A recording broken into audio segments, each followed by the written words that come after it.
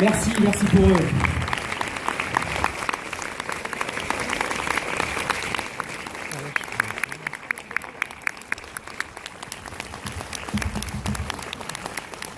Bonsoir. Bonsoir. Bonsoir, donc merci beaucoup d'être présent parmi nous. On sait que cette semaine, c'est une semaine un petit peu particulière. Ah oui, bonne année. Voilà, et bien commencé, hein. Non, je trouve que c'est pas si bien commencé que ça, quoi. Enfin, bon, bref. Exactement. Donc bonne année, voilà, ça recommence aujourd'hui, on va dire que c'est le début. On est tour 2014, y compris le 7 janvier. Voilà. Donc au moins, vous allez vous détendre avec une très belle comédie. Donc je vais m'adresser d'abord au réalisateur et vous demander la première question, tout simplement. Pour Jeanne d'Arc. C'était ici. Hein. Vous voulez nous raconter toute l'histoire de Jeanne d'Arc? Non, je vous épargnez sur les tourelles. Oui, ça c'était mon quotidien. Tout le temps comme ça. J'avais eu l'intention de poser la question, mais je vais peut-être pas la poser alors. Si, posez-la, hein. Je peux développer. Donc en fait, vous nous proposez un remake d'un film canadien, et ma première question, tout simplement, c'est pourquoi avez-vous voulu faire ce remake? Parce que j'ai beaucoup plus aimé... Beaugency, Notre-Dame de Cléry-Vendôme... Ah, Charles d'Orléans, oui, Charles d'Orléans. Elle voulait lui payer le tribut, c'est pour ça qu'elle a libéré Orléans. La première chose qu'elle voulait, c'était libérer le beau Charles qui était dans la tour de Londres. Vous vous en souvenez? 1429. C'est pour ça que j'ai fait ce film. Et là, il est tout seul. Imaginez un peu le reste de l'équipe, parce que le film s'est fait avec Laurent Deutsch, Didier Bourdon, Denis Podalides, Elie Semoun, Lionel Astier, Carmen Maura, Annie Gregorio. Mais ça se sent dans le film que vous avez dû bien vous amuser, effectivement. Non, c'était hyper dur pour moi. C'est dur d'en placer une, hein. Non, regardez, je dis pas un mot. Alors dites-nous, il va te dire 5 secondes. Pourquoi? Non, jeudi, j'ai tenu 1 minute. C'est vrai. À midi, jeudi, j'ai rien dit pendant 1 minute. Bravo.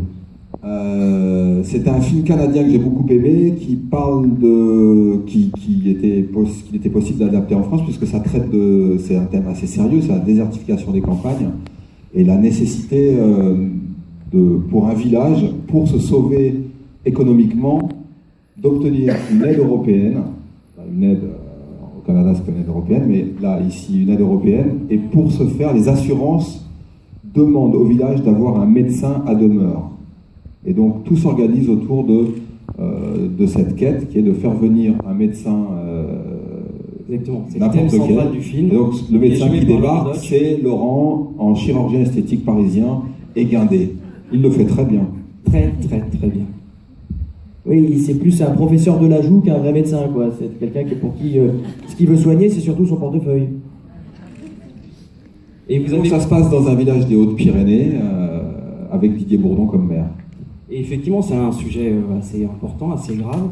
Et vous avez du coup choisi de le traiter sur une comédie. C'est un thème très sérieux, mais avec la bande que nous avions pour le tournage, vous pouvez imaginer que plus le texte.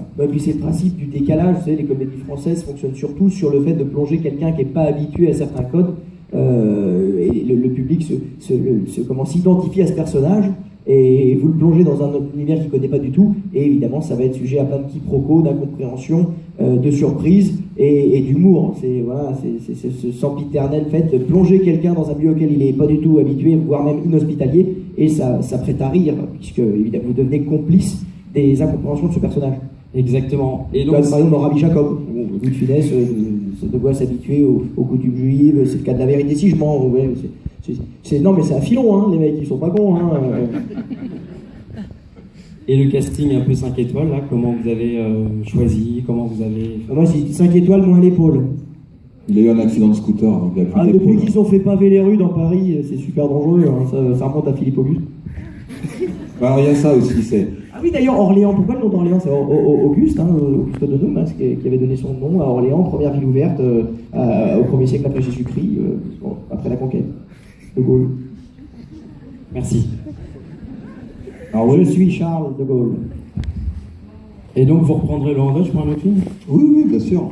Ah ben, comme disait Didier Bourdon, on s'emmerde pas sur le plateau parce que on lui posait la question dans un cinéma à Bordeaux, je crois, on lui disait mais alors c'était pas trop long, pas trop dur, pas trop froid, pas trop. C'est vrai que c'était dans les Pyrénées, parfois il faisait un peu frais la nuit, etc. Il disait mais non, non, non, on s'emmerde jamais parce qu'avec Laurent Deutsch sur le plateau, quand on attend parce qu'on fait la lumière ou qu'on refait le travelling ou qu'il faut attendre, on lui dit et qu'on s'emmerde un peu, on fait dis donc Laurent, t'as vu la cagouille là?